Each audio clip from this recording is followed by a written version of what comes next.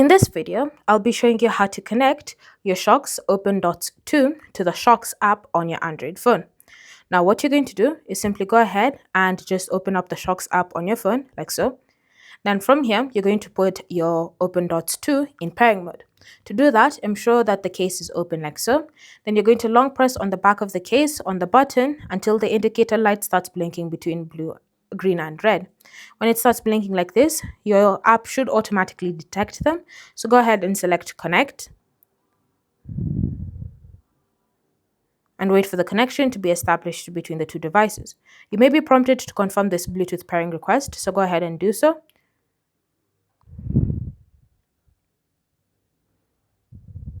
And then once that is done, it should now take you through a tutorial guide on how to wear the buds, how to use them, and all sorts of things. So you can choose to skip and choose to do that later, or you can just choose to continue.